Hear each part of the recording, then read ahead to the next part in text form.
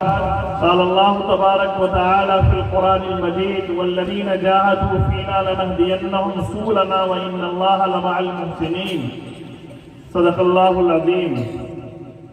میرے پاس صرف 10 منٹ رہ گیا ہے اور اسی 10 منٹ میں 2 سے 3 باتیں مجھے آپ سے کرنی ہیں۔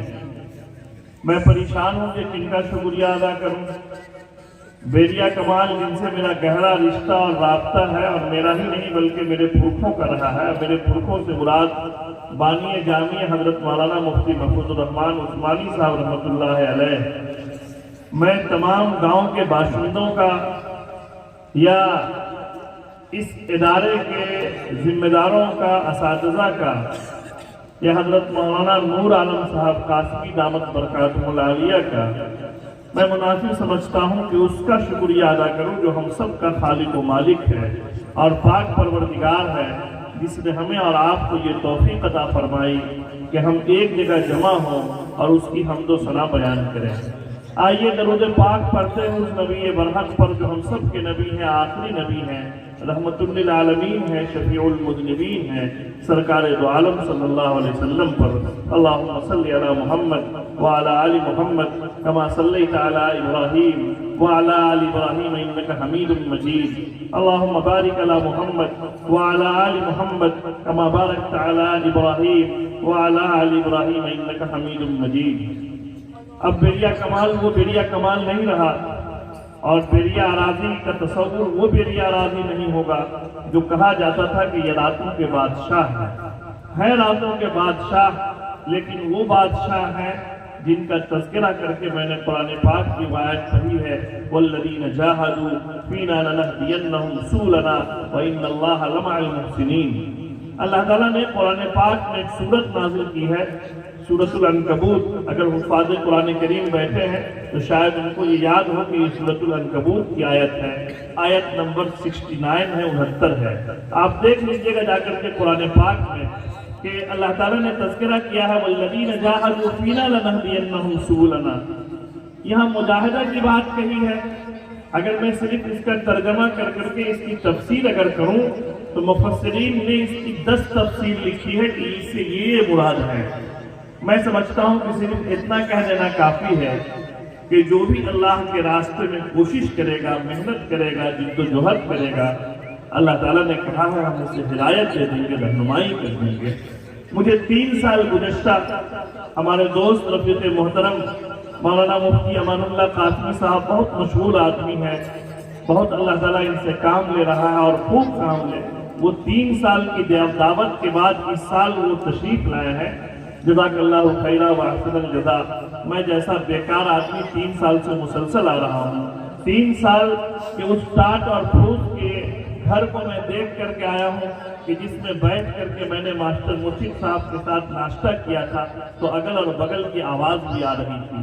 پھر وہ بھی ہوئی کہ مسجد کی چھت کی ڈھلائی تھی، مولانا شمیم صاحب موجود ہوں گے، کہیں وہ اس بات کی گواہی دیں گے۔ اور پھر وہ دن بھی دیکھا کہ آج الحمدللہ ایک بڑا اچھا کیمپس موجود ہے اور بڑا اچھا ماحول ہے، لڑکیوں کو ایک قطار میں مہذب طریقے سے بیٹھایا گیا، بچے بھی دوسرے طرف بیٹھے ہیں، اور پھر ان دونوں کے درمیان فاصلہ کیا گیا۔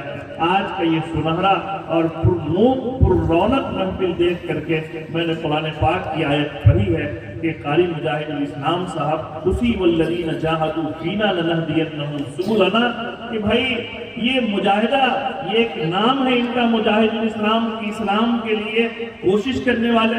قرآن پاک کی آیت ہے والذین جاہدوا فینا لنہدینہم سبلنا۔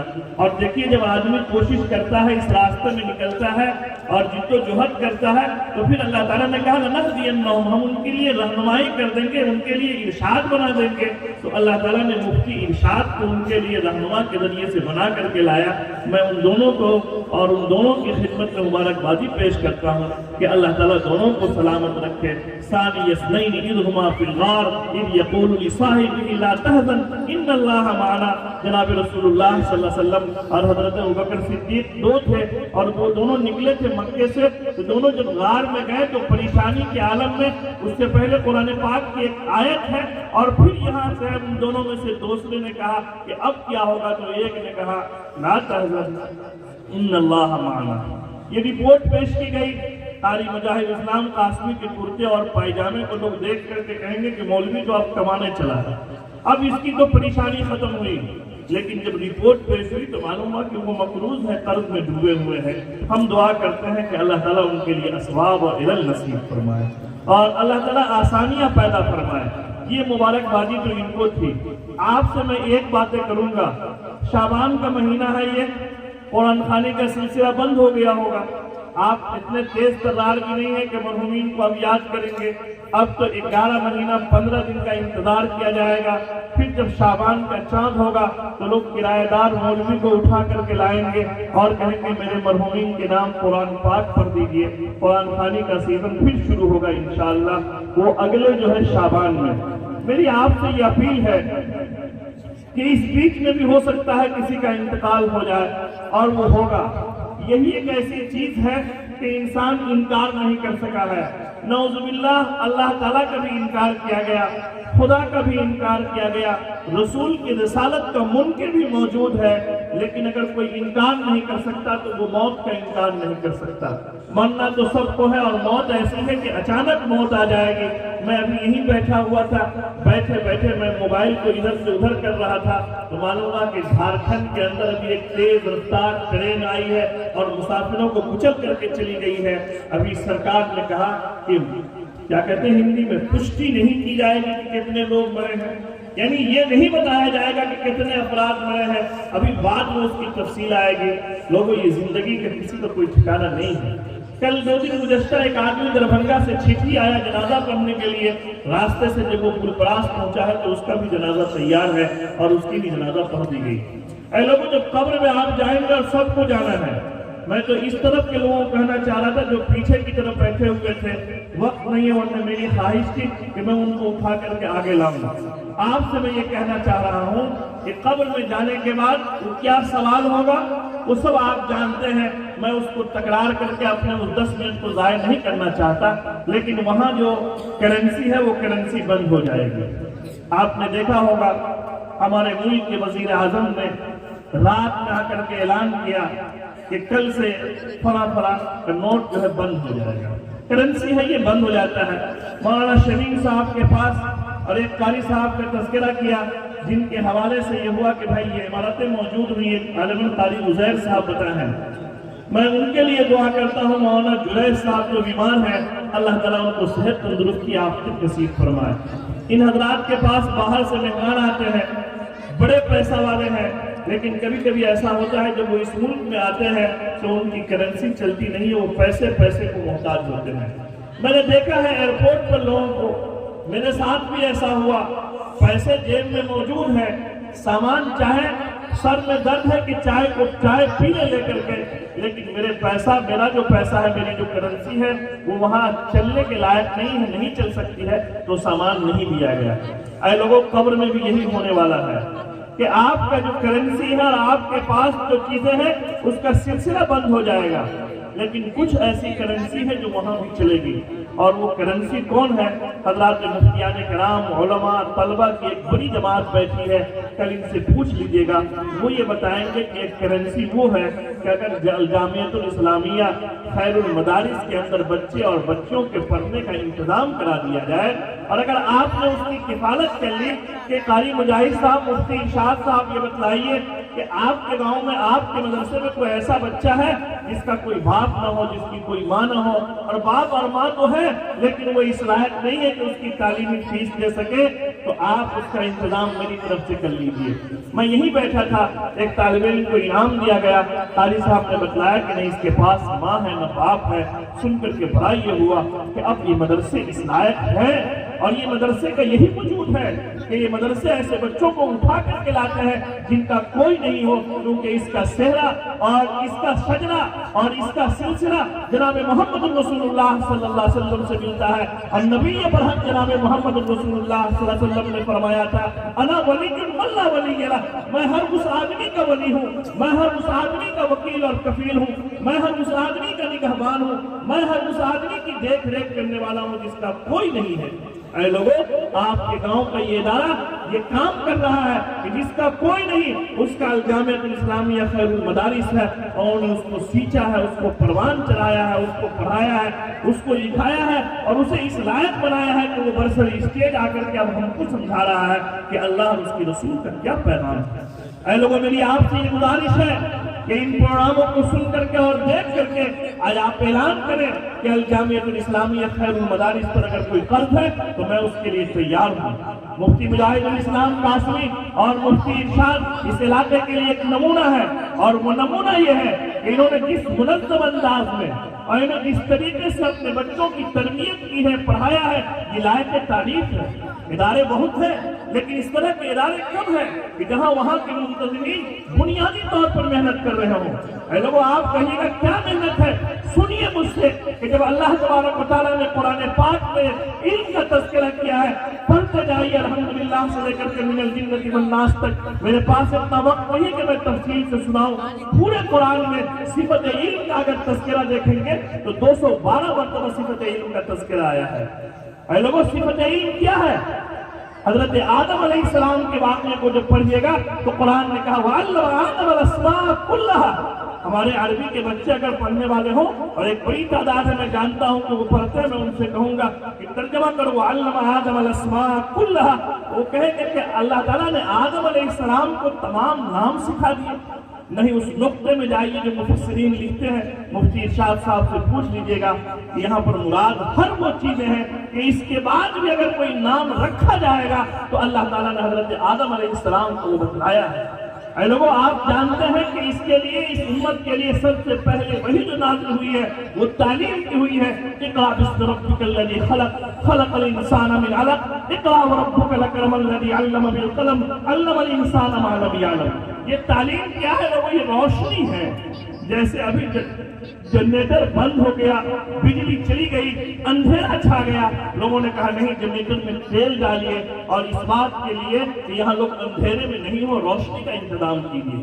اے لوگوں، ہم چاہتے ہیں اگر ہمارے دلوں کے اندر کی جو تاریکی ہے اس کا خاتمہ ہو، اگر ہمارے دلوں کے اندر جو حسد اور جلن اور کینہ اور کپٹ ہے وہ دور ہو۔ اے بیری اکوان اور بیری اراضی کے لوگوں، اگر تم چاہتے ہو کہ تمہارے گاؤں میں انقلاب آئے اور گھنٹے اور 2 گھنٹے کے اندر 3 ایسے مقدمات نہیں ہو کہ مکھیا جی پریشان ہو جائے کہ گاؤں میں سر پھٹول ہو گیا ہے، خون نکل رہا ہے، ہاسپٹل میں بیٹھے بیٹھے خون کر رہے ہیں، کہ اس کا فوراً اعلان کیا جائے۔ میں تو یہ اعلان کر رہا تھا کہ بیریا کمال اب بدل گیا ہے، اب کہیں بھی اگر تذکرہ ہو تو بیریا کمال کی تاریخ تو بدلنی ہوگی، لیکن معلوم ہوا کہ نہیں، ابھی بھی ضرورت ہے یہاں کے لوگوں کو۔ اے لوگوں، اگر آپ چاہتے ہیں کہ اس گاؤں کے جھگڑے اور فسادات کو ختم کیا جائے، آپ چاہتے ہیں کہ اس اونچ اور نیچ کی تفریق کو مٹایا جائے، اگر آپ چاہتے ہیں کہ لوگوں میں اتحاد اور اتفاق پیدا کیا جائے، اگر آپ چاہتے ہیں کہ کوئی بے ایمان نہ ہو، کوئی نہت کسی کا نہ دباوے، تو اسے پڑھنا ہوگا، اسے بتانا ہوگا۔ اے لوگوں، یہی نہیں بلکہ اگر آپ چاہتے ہیں کہ اس وقت ہمارا سماج ایک بیمار پڑ گیا ہے، اور سماج ایسا بیمار پڑا ہے کہ ہمارے موبائل کے جاننے والے لوگ وہ جانتے ہیں کہ ہر دن اس طرح کی خبریں آ رہی ہیں کہ لوگ مرتد ہو رہے ہیں، بیٹیاں نعوذ باللہ غیروں کے ساتھ جا رہی ہیں۔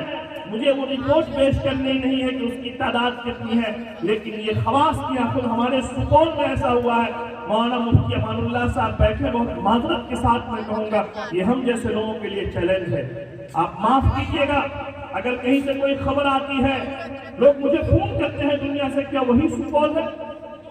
اس وقت سر جھک جاتا ہے کہ کسی اچھائی کے اندر اس سپول کا تذکرہ نہ ہو کر کے ایسی چیزوں میں تذکرہ ہوتا ہے۔ اے لوگوں، اگر آپ چاہتے ہیں کہ ایمان پر اپنے بچے اور بچیوں کو باقی رکھا جائے، اور ایمان سب سے بڑی دولت ہے، ایمان کیا ہے لوگوں؟ اگر یہ کہا جائے کہ دنیا کی سب سے بڑی دولت کون ہے تو وہ ایمان ہے۔ آپ حضرت یعقوب علیہ السلام کی زندگی کو پڑھیے، حضرت یعقوب علیہ السلام کا پورے قرآن پاک میں 16 مرتبہ تذکرہ آیا ہے۔ حضرت یعقوب علیہ السلام کے آگے بھی نبی، پیچھے بھی نبی، اور جس طرف دیکھیے نبی ہی نبی۔ مولانا علماء بیٹھے ہیں، ان سے پوچھ لیجئے گا، حضرت اسحاق، حضرت اسماعیل، حضرت ابراہیم، یہ انہی کے خاندان میں سے ہے، چچا ہے، والد ہے، دادا حضرت یعقوب۔ اے لوگوں، حضرت یعقوب اوپر جائیے، حضرت ابراہیم دادا، نیچے آئیے حضرت یوسف جہاں دیکھیے نبی ہی نبی ہے، لیکن جب حضرت یعقوب اس دنیا سے جانے لگے تو انہوں نے اپنے بچے اور بچیوں کو جمع کر کے کہا تھا ما تعبدون من بعدی، تم میرے بعد کس کی عبادت کرو گے؟ انہوں نے کہا قالوا نعبد الہک و الہ آبائک ابراہیم و اسماعیل و اسحاق۔ اے لوگوں، یہ وحدانیت کا سبق تھا، یہ ایک خدا کی پرستش کی طرف اپنے بچوں کو جمانے اور استحکام کی دعوت تھی۔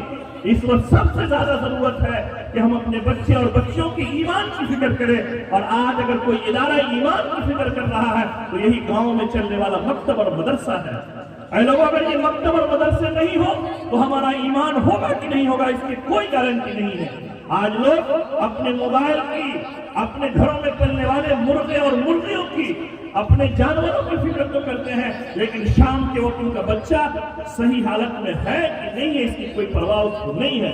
اے لوگوں، آہستہ آہستہ یہ ہو جاتا ہے کہ وہ ایمان سے بگڑ جاتا ہے اور ایمان سے ہٹ جاتا ہے۔ اس لیے بیریا کمال کے لوگوں، آپ کو اس بات پر بہت خوش ہونی چاہیے کہ انہوں نے آپ کے سماج، آپ کے گاؤں کے بڑی تعداد بچیوں کو کے دلوں میں ایمان کو راسخ اور مضبوط کیا ہے۔ اگر یہ بچیاں پڑھ لکھ لی اور جنہوں نے جس طریقے سے فقاقہ دار طریقے سے انہوں نے بتلایا ہے کہ قرآن کی عظمت کیا ہے، اللہ کیا ہے، رسول کریم صلی اللہ علیہ وسلم کی رسالت کیا ہے، یہی نہیں بلکہ اس نے قیامت اور آخرت کے تعلق سے گفتگو کی ہے، اور اس نے یہ بتلایا ہے کہ اس وقت زمانے کو کیا چیلنج ہے اور اس چیلنج کا کیا جواب ہے۔ اے لوگوں، خوشی اس بات کی ہے کہ یہ جہاں بھی جائے گی اپنے سماج کو باعلم اور عمل کی طرف بلائے گی۔ میں اس کے لیے بہت مبارکبادی پیش کرتا ہوں۔ اے لوگوں، ضرورت ہے اس وقت کہ آپ اپنے بچے اور بچیوں کو بنیادی دینی تعلیم دیں، بنیادی دینی تعلیم۔ اے لوگوں، جناب رسول اللہ صلی اللہ علیہ وسلم نے اسے فرض بتلایا ہے۔ جیسے آپ دیکھتے ہیں کہ نماز فرض ہے، روزہ فرض ہے، حج اگر استطاعت ہو تو فرض ہے، اسی طریقے سے ہم سب کے آقا معلم انسانیت جناب رسول اللہ صلی اللہ علیہ وسلم نے فرمایا کہ تعلیم فرض ہے۔ اس بات میں یہ نہیں کہا کہ صرف مرد کے لیے فرض ہے، بلکہ آبادی کا ایک آدھا حصہ جو ہم مانتے ہیں کہ عورت ہے تو اس کے لیے بھی وہی فرض ہے جو مرد کے لیے فرض ہے۔ اے لوگوں، بنیادی دینی تعلیم کیا ہے؟ بنیادی دینی تعلیم یہ ہے کہ وہ اللہ کی وحدانیت کو، رسول کی رسالت کو، انبیاء کو، آخرت کے دن کو، قیامت کے تعلق سے، قبر کے تعلق سے، نکاح کے تعلق سے، پاکی اور ناپاکی کے مسائل وہ جانیں، اور وہ اسی وقت جانیں گے جب وہ اس طرح کے ادارے میں وہ پڑھیں گے۔ اس لیے لوگوں، میری آج کے جلسے سے یہ اپیل ہے کہ دنیا کی تمام تر تعلیم حاصل کیجیے۔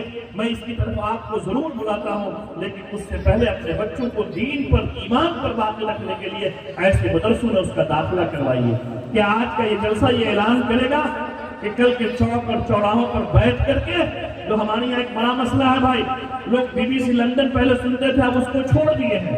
ایک بی بی سی چائے ہاؤس ہمارے ہر گاؤں میں، بیریا کمال کے لوگوں کو اگر پہلے چائے پینا ہوتا تھا تو بدرپور یا اس طرف ناری جاتے تھے، لیکن اب تو ہم اس گاؤں میں بھی دیکھتے ہیں کہ چائے کی دکان کھل گئی ہے۔ ماسٹر صاحب ہمارے موجود ہیں، وہ کہتے تھے اچانک ہمارے یہاں مہمان نہیں آئیے گا ورنہ مارکیٹ بہت دور ہے، لیکن اب وہ سینہ تان کر کے کہتے ہیں جب چاہیے بیریا کمال آ جائیے، گاؤں میں ہر چیز ملتا ہے کہ نہیں؟ لوگوں، اس کا بڑا اچھا فائدہ ہوا، لیکن اس کا نقصان کیا ہوا؟ وہ جو چائے ہے میں کہتا ہوں وہ میڈیا ہاؤس ہے، جتنے لوگ بیٹھے ہوں گے وہ سب سے پہلے اس پر تذکرہ کریں گے، 20 سال کا جلسہ جمع نہیں، کائے نہیں جمع؟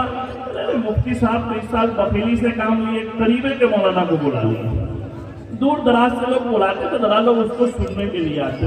ارے اللہ کے بندے، جلسہ کوئی دہی ہے کہ جمع کی نہیں جمع؟ جہاں سے بلاتے تو وہی قرآن حدیث کی گفتگو کرتے کہ نہیں کرتے کہ کوئی وہ الگ سے لاتے؟ آج تک آپ لوگ دیکھیں کہ بہت دور سے قاضی کو بلایا گیا ہو تو وہ کہے ہوں گے کہ ہر آدمی پڑھتا ہے یا ایھا الناس اتقوا ربکم الذی خلقکم من نفس واحدہ یا ایھا الذین آمنوا اتقوا اللہ حق تقاتہ یا ایھا الذین آمنوا اتقوا اللہ وقولوا قولا سدیدا۔ ہم بہت دور سے آتے ہیں تو پڑھ لیتے ہیں انا اعطیناک الکوثر، کسی مولوی کو دیکھیں، جو بھی مولوی آئے گا وہی پڑھے گا۔ اے لوگوں، لوگ اس پر تبصرہ کریں گے۔